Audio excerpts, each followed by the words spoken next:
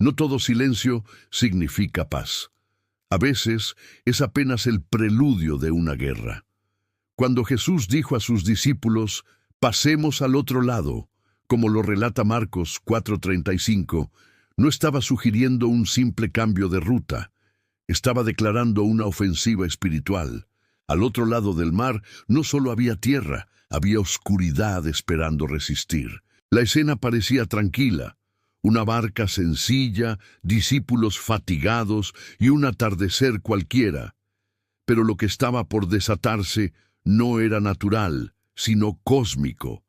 Ese trayecto se convertiría en el escenario de una colisión entre la luz celestial y las fuerzas ocultas que dominaban aquel lugar. Mientras avanzaban sobre el agua, una tormenta se levantó con una furia inusual.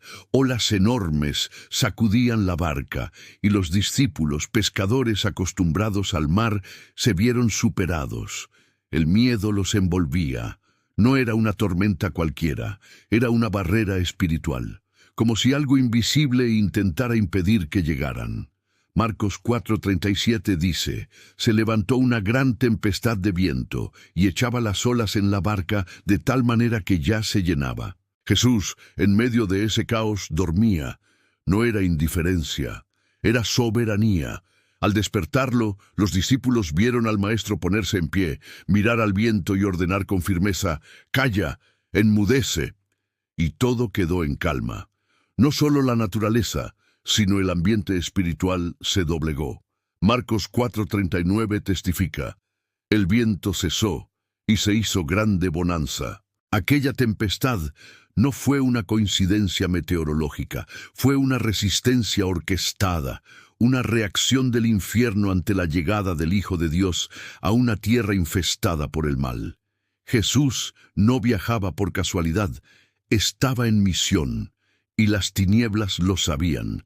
Los discípulos, lejos de sentirse aliviados, se preguntan con asombro, «¿Quién es este que aun el viento y el mar le obedecen?» Marcos 4:41. Porque lo que presenciaron no fue poder humano, fue autoridad divina. Jesús no solo enseñaba, gobernaba, no solo sanaba, conquistaba. Esa barca no cruzaba solo aguas agitadas, atravesaba un umbral espiritual. El reino estaba entrando en territorio enemigo y nada volvería a ser igual. Si esta palabra te habla hoy, escribe en los comentarios, «Señor, guía mi travesía». El barco toca suavemente la orilla. Los discípulos, aún en silencio, observan el nuevo escenario con ojos recelosos. Lo que tienen ante ellos no es solo una región geográfica distinta, es un terreno espiritual contaminado. Están en la tierra de los Gadarenos, también llamada la región de los Gerasenos, un lugar donde el mal no se esconde, habita. No hay sinagogas allí, no hay cánticos de adoración, no se escucha la voz de los profetas, solo ecos de muerte, sepulcros abiertos y cavernas profundas. Este territorio, habitado por pueblos gentiles, se alejaba completamente de la alianza. Todo allí respiraba impureza. El mal operaba sin resistencia. Era como si esa tierra hubiera sido abandonada espiritualmente, como si la sombra misma se hubiera instalado sobre cada colina. Marcos 5:1 lo dice de forma simple pero contundente. «Y vinieron al otro lado del mar, a la región de los Gadarenos». No fue un cambio de escenario, fue una colisión de atmósferas. El Santo de Dios pisaba un suelo corrompido, y ese acto no era accidental. Jesús no iba tras multitudes, iba por uno, solo uno, pero que cargaba una prisión tan profunda que su liberación sacudiría toda la región. La economía de ese lugar giraba alrededor de lo impuro. La presencia de cerdos, prohibidos por la ley mosaica, ya revelaba el tipo de cultura espiritual que predominaba. Era un lugar donde Dios no era buscado y donde el enemigo reinaba sin oposición. Pero allí es donde Jesús decide estar.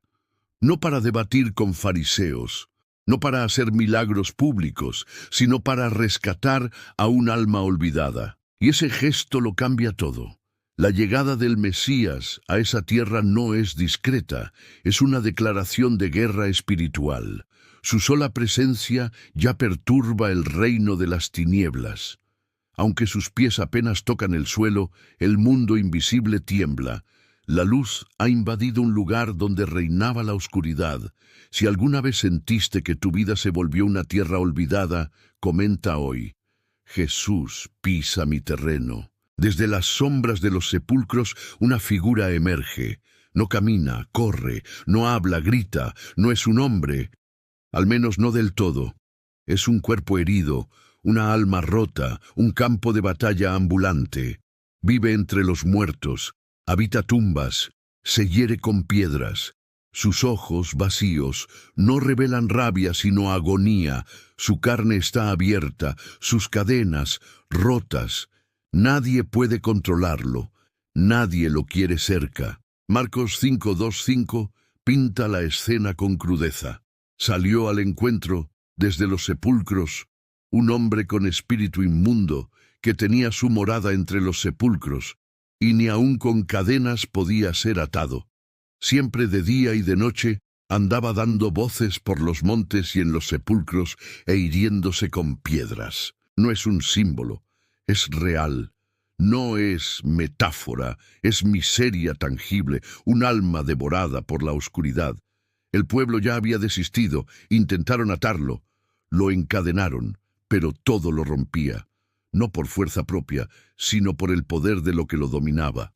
No era simplemente alguien poseído, era un trofeo del infierno, un ejemplo de lo que el mal puede hacer cuando no encuentra resistencia. Pero lo más impactante es que, al ver a Jesús, no huye, corre hacia él. En medio del tormento, su alma aún reconoce la fuente de la vida. A pesar de estar dominado, su interior reacciona. No fue empujado, no fue arrastrado, fue su esencia, aún encadenada, la que buscó desesperadamente la libertad. Este gesto lo cambia todo, porque aunque su voz es usada por demonios, sus pies fueron guiados por esperanza. Su carrera hacia Jesús es un clamor sin palabras, un grito del alma por salvación. El infierno habla desde su boca, pero su espíritu clama por redención. Aún arrodillado, con el cuerpo roto y el alma herida, aquel hombre se convierte en escenario de algo aterrador. De su boca no sale una súplica humana, sino un clamor distorsionado. 1000 voces mezcladas en una sola garganta. No habla él, habla el mal.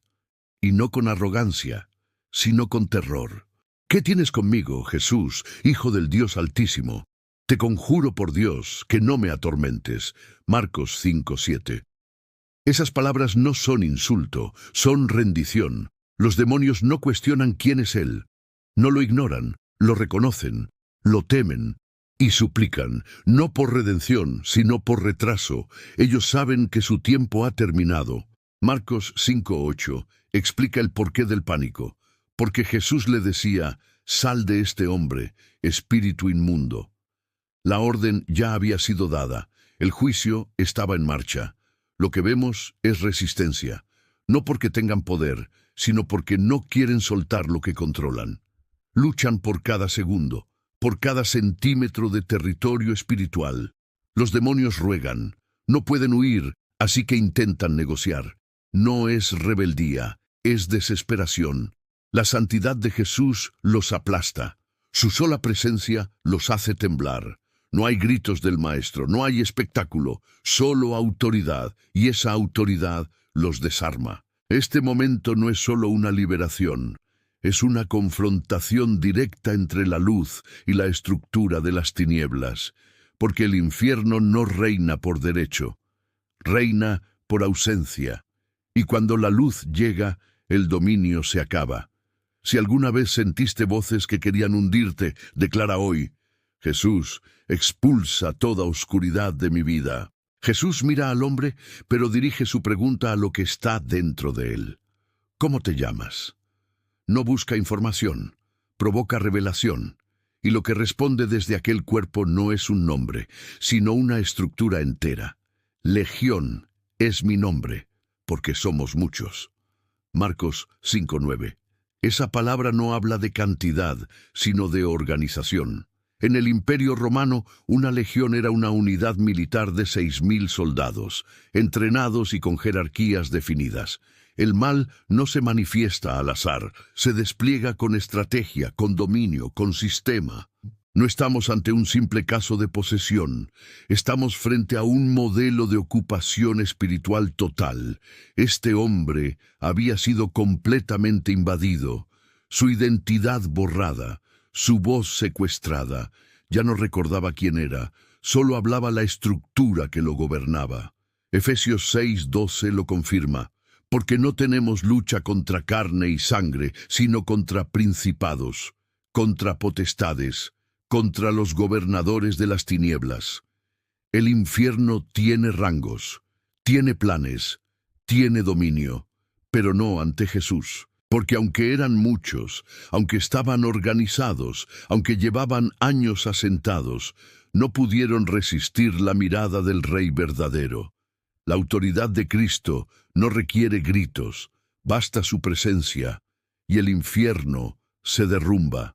Si alguna vez sentiste que algo invisible tomó control de tu vida, comenta hoy: Jesús, rompe toda estructura del mal en mí. Los demonios saben que ya no pueden quedarse. Jesús ha hablado, pero intentan una última estrategia. Envíanos a los cerdos para que entremos en ellos. Marcos 5:12. No quieren redención, solo buscan evitar el abismo. Piden refugio en lo impuro. Y Jesús lo permite, no porque les tema, sino para revelar, para que todos vean lo que son. Apenas entran en los cerdos, estos se descontrolan. 2.000 animales corren con furia hacia el precipicio y se lanzan al mar. Marcos 5:13 lo narra, y se precipitaron en el mar y se ahogaron. El mar que intentó impedir la travesía, ahora traga la destrucción. La escena es clara. Lo que hicieron durante años con un hombre, lo repiten en segundos con animales. No vinieron a habitar, vinieron a destruir. Los cuidadores, al ver lo ocurrido, huyen. Corren al pueblo, y la multitud llega, pero no se conmueve por el milagro. No celebran la liberación. Tienen miedo. Marcos 5:15 lo dice. Y vieron al que había tenido la legión, sentado, vestido, y en su juicio cabal, y tuvieron miedo. La luz que sanó también expuso. La región entera queda desnuda ante la santidad, y esa claridad incomoda, porque hay quienes prefieren convivir con el caos antes que enfrentar la transformación. Si alguna vez temiste lo que Jesús pudiera revelar en ti, escribe con valentía: Señor, prefiero la verdad que libera a la sombra que me encadena. Donde antes había gritos, ahora hay silencio. Donde reinaba el caos, ahora se respira calma. El hombre que antes vivía entre tumbas, que se hería con piedras, que hablaba con voces ajenas, ahora está sentado, vestido, en su juicio cabal. No hay cadenas, no hay tormento, solo paz. La transformación es radical, es total. Pero no todos la comprenden. La multitud, al ver ese cambio tan repentino y profundo, no se regocija, se inquieta, piden que Jesús se marche, no porque haya hecho algo malo, sino porque su presencia desestabiliza, porque su luz revela lo que muchos prefieren mantener oculto. Marcos 5:17 lo dice con claridad, y comenzaron a rogarle que se fuera de sus contornos. Prefieren perder al Salvador antes que enfrentar la incomodidad de su santidad. El hombre fue liberado, pero la ciudad quedó en evidencia. Había aprendido a convivir con la oscuridad, y la luz la incomodaba. Y entonces ocurre algo hermoso. Aquel que fue poseído no pide riquezas, ni fama, ni venganza. Solo pide una cosa: déjame ir contigo. Marcos 5:18 lo relata. Rogaba que le dejara estar con él. Es el clamor de un corazón restaurado que encontró en Jesús su razón de vivir. Pero el Maestro tiene otro plan. No lo lleva consigo, lo envía, porque quien fue alcanzado por la gracia ahora tiene una misión, y la historia de este hombre no termina en la liberación. comienza en el envío. Si hoy sientes gratitud por lo que Dios ha hecho en ti, comenta: Señor, úsame para llevar tu luz. Jesús no permitió que aquel hombre lo acompañara, en cambio, le dio una misión. Vuelve a tu casa, a los tuyos, y cuéntales cuán grandes cosas el Señor ha hecho contigo. Marcos 5:19. No lo envió lejos.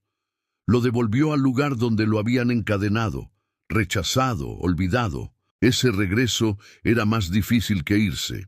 Tenía que mirar a los ojos a quienes antes lo miraban con horror. Tenía que caminar por las mismas calles donde antes era temido. Pero ya no era el loco del cementerio. Ahora era portador de una historia que ninguna teoría podía explicar. Y obedeció. Marcos 5:20 dice: y comenzó a publicar en Decápolis cuán grandes cosas Jesús había hecho con él, y todos se maravillaban. Decápolis no era una aldea pequeña, era una confederación de 10 ciudades gentiles, un territorio profundamente influenciado por la cultura griega, un lugar donde el nombre de Jesús aún no se conocía, hasta que ese hombre habló. No tenía títulos, no había estudiado teología, solo tenía una experiencia. Jesús lo había liberado, y eso bastaba. Su historia era la predicación, su transformación, la evidencia. Su voz, antes usada por demonios, ahora proclamaba esperanza. Dios no necesita expertos, solo corazones dispuestos.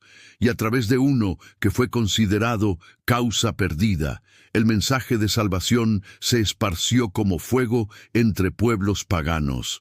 El infierno perdió un esclavo. El reino ganó un predicador. Si crees que tu historia también puede ser usada, comenta: Señor, hazme voz en medio de mi ciudad. El hombre que antes fue temido, ahora es buscado.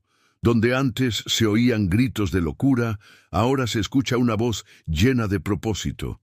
Aquel que corría desnudo entre los sepulcros, ahora camina con dignidad por las ciudades.